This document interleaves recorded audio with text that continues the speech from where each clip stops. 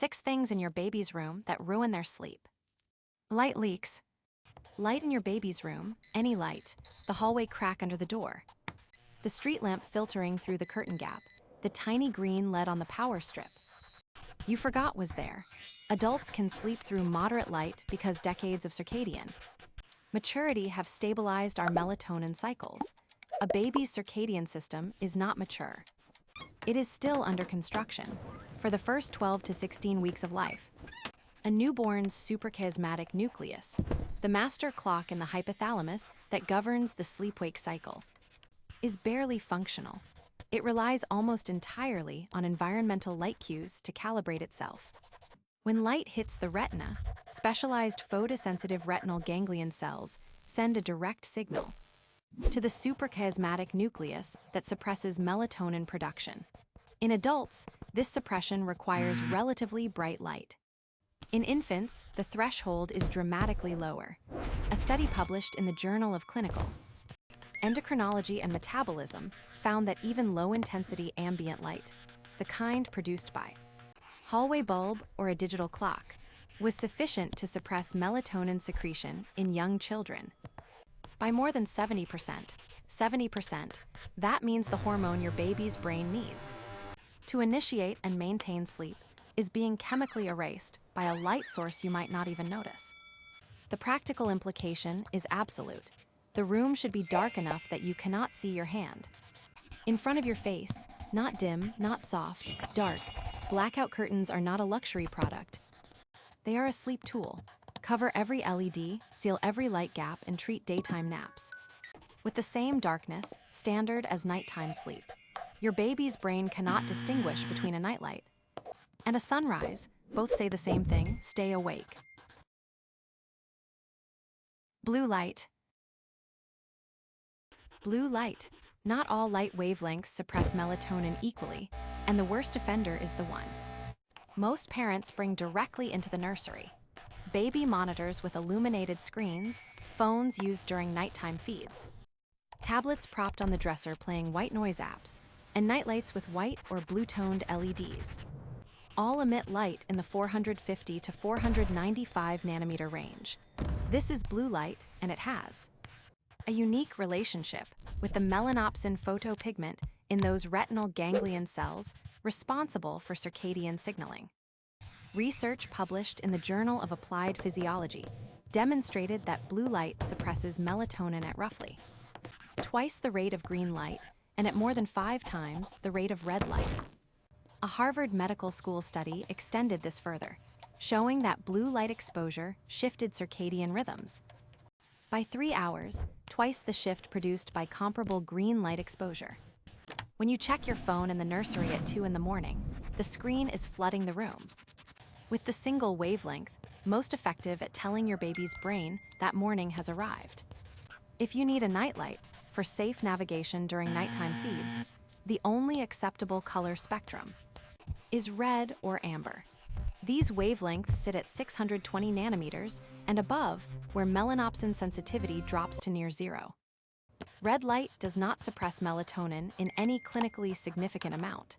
Turn your baby monitor screen to its lowest brightness setting or face it away from the crib. Remove all screens from the room at bedtime. The blue light coming from the device you bought to watch over your baby's sleep may be the thing preventing it. Temperature. Room temperature. The thermal environment of your baby's room is not a comfort preference. It is a physiological variable with direct consequences for sleep architecture and survival. The thermoneutral zone for a clothed infant, the temperature range at which the body expends minimal energy. Maintaining core temperature falls between 20 and 22 degrees Celsius or 68 to 72 degrees Fahrenheit. Outside this range, the baby's autonomic nervous system diverts resources from sleep maintenance to thermoregulation. Too cold, and peripheral vasoconstriction increases cortisol and norepinephrine, both of which promote wakefulness. Too hot, and the consequences are far worse. Overheating is one of the most consistently identified modifiable risk factors for sudden infant death syndrome. A meta-analysis published in the International Journal of epidemiology found that overheating, through excessive room temperature, overbundling, or both, was associated with a significantly elevated risk of SIDS, independent of sleep position. The mechanism is not fully resolved, but the leading hypothesis involves impaired arousal. A baby who is overheated enters deeper sleep with a suppressed ability to wake in response to apneic events. Brief pauses in breathing that are normal in infant sleep, but require an intact arousal response to resolve safely. The practical standard is simple. Dress your baby in one layer more than what you would comfortably wear. In the same room, no hats indoors, no double swaddling. Place the crib away from radiators, heating vents, direct sunlight windows, and air conditioning outputs that cycle on and off. If you are comfortable in a t-shirt, your baby needs a onesie and a sleep sack, not more. A room that feels slightly cool to an adult is neurologically ideal for an infant's sleep. Crib objects. Soft objects in the crib.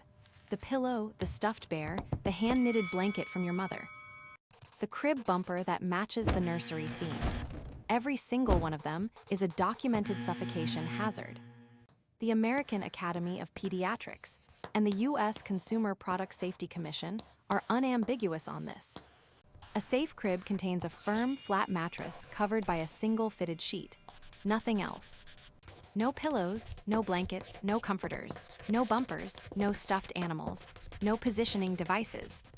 The data behind this recommendation is not theoretical. A study published in Pediatrics analyzing suffocation deaths in infants found that babies placed on soft sleep surfaces had a 16-fold increase in suffocation risk. Compared to those on firm surfaces, 16 times, crib bumpers marketed as safety products to prevent limb entrapment have been directly implicated in at least 113 infant deaths between 1990 and 2019, according to CPSC data, through the mechanisms of suffocation, strangulation, and wedging. The Consolidated Appropriations Act of 2022 formally banned the manufacture and sale of padded crib bumpers. In the United States, the infant brain's arousal response is immature when a baby rolls into a soft object. That obstructs their airway. They lack the neurological capacity to reliably wake, turn their head, or cry for help. An adult would reposition instinctively. A baby may not. The nursery can be beautiful. The crib cannot be decorated. A bare crib is not cold or neglectful. It is the only evidence-based sleep environment that does not introduce a variable capable of killing your child. If the baby needs warmth, use an appropriately sized wearable sleep sack. Everything else stays out. Noise. Noise in the room.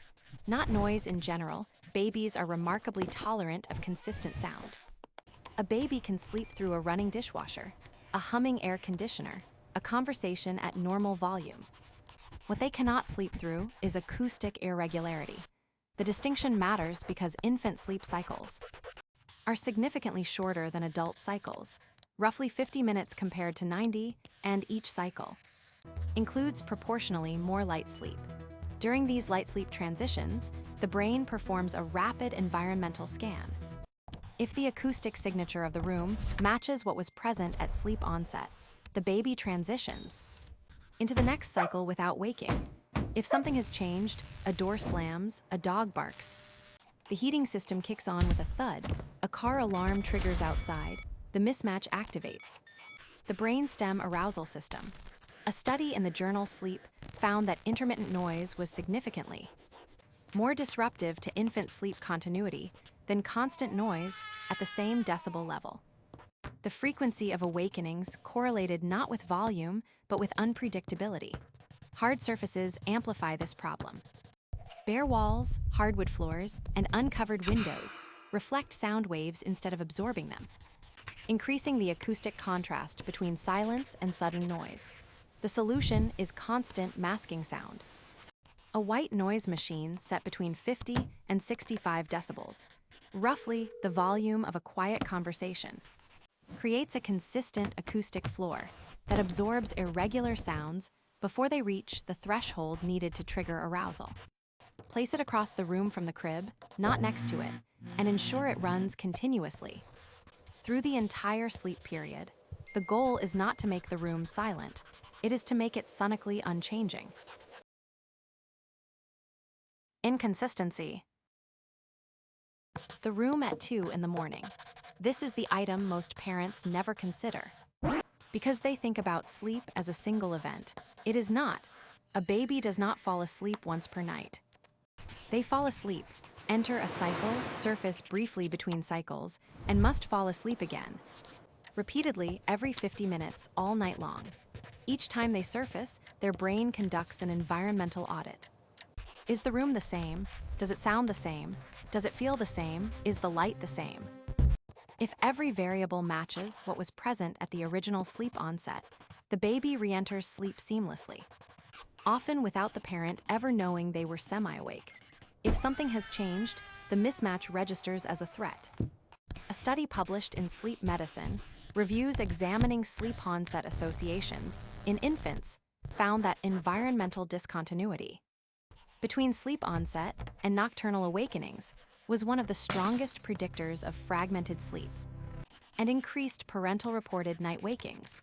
The white noise machine that runs on a 60-minute timer and clicks off at 1 in the morning. The night light that was on at bedtime but gets turned off. When the parents go to sleep, the door that was cracked open at 8 but closed at 11.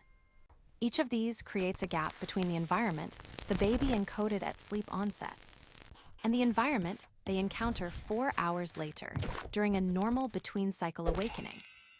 The baby is not being difficult. They are being neurologically consistent. Their brain indexed the conditions under which sleep was safe, and those conditions have been altered. The rule is straightforward. Whatever the room looks, sounds, and feels like at bedtime must be identical at midnight, at 2, and at 4. In the morning, white noise runs all night or not at all. Lights stay exactly as they were. Doors stay in the same position. The nursery at sleep onset is a promise. Break it, and you will hear about it every 90 minutes until sunrise. Your baby's room is not just a space. It is a sensory environment that their developing brain reads, interprets, and reacts to with a precision you cannot see. Every photon, every degree, every decibel is data. And right now, the room might be sending signals that directly contradict the one thing you are trying to achieve. The video on screen right now covers the 5 things your baby is desperately trying to tell you at 2 in the morning, and why most parents misread every single one.